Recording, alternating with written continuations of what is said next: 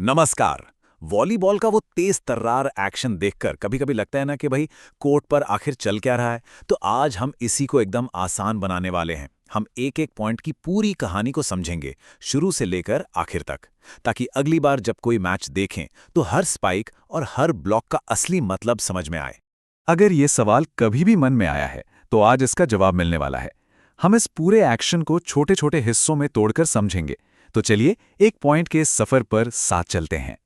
किसी भी खेल को समझने से पहले उसके मैदान और खिलाड़ियों को समझना जरूरी है। तो सीधे एक्शन में कूदने से पहले जरा वॉलीबॉल के इस अखाड़े और इसके योद्धाओं से मिल लेते हैं।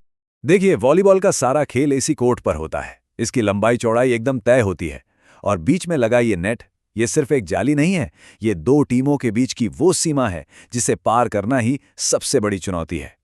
पुरुषों के वॉलीबॉल में इस नेट की ऊंचाई होती है 2.43 मीटर्स। जरा सोचिए, ये एक बहुत बड़ी रुकावट है जो पूरे खेल का तरीका तय करती है। खिलाड़ियों को हर बार इस ऊंचाई के ऊपर से बॉल को दूसरी तरफ भेजना होता है। वैसे तो एक टीम में 12 खिलाड़ी होते हैं, लेकिन किसी भी एक समय पर कोर्ट में सिर्फ 6 खिलाड़ी ही उतरते हैं और यही 6 खिलाड़ी मिलकर टीम की जीत की पूरी रणनीति बनाते और उसे अंजाम देते हैं। तो चलिए अब उस एक्शन की बात करते हैं जहां से हर पॉइंट की कहानी शुरू होती है, सर्व। ये खेल का वो अकेला लम्हा है जब एक खिलाड़ी का गेंद पर पूरा 100% कंट्रोल होता है। अब देखिए, सर्वर कहीं से भी सर्व नहीं कर सकता। उसके लिए ये एक खास एरिया तय है एंड लाइन के पीछे यहीं से वो पॉइंट जीतने के लिए अपनी पहली चाल चलता है। सर्व सिर्फ खेल शुरू करने का एक तरीका नहीं है, बल्कि ये अपने आप में एक हथियार है। खिलाड़ी अपनी रणनीति के हिसाब से अलग-अलग तरह की सर्व इस्तेमाल करते हैं। कुछ एकदम सीधी और ताकतवर होती हैं, तो कुछ हवा में लहराती हुई जाती हैं, ताकि सामने वाली टीम को कंफ्यूज किया जा सके। चलिए अब खेल के दिल में उतरते हैं। वॉलीबॉल के अटैक की एक अपनी ही लय होती है, जिसे कहते हैं बम्प, सेट, स्पाइक। यही वो 3 टच हैं जिनमें पूरा खेल छिपा है। आइए इसे एक-एक करके समझते हैं। ये 3 कदम किसी भी सफल वॉलीबॉल अटैक की नींव हैं। पहला टच यानी बम्प कंट्रोल के लिए होता है। दूसरा टच यानी सेट तैयारी के लिए होता है और तीसरा टच यानी स्पाइक सीधा हमला करने के लिए। बम्प या पास, ये खेल की बुनियाद है। ये असल में एक डिफेंसिव स्किल है। इसका काम है विरोधी के सर्व की ताकत को खत्म करना और अपनी टीम के लिए अटैक की शुरुआत करना। और सेट, जिसे बूस्ट भी कहते हैं, ये इस पूरी चेन की सबसे अहम और दिमागी कड़ी है। इसमें कमाल की सटीकता चाहिए होती है ताकि हमला करने वाले खिलाड़ी यानी स्मैशर को गेंद एकदम सही जगह और सही ऊंचाई पर मिले।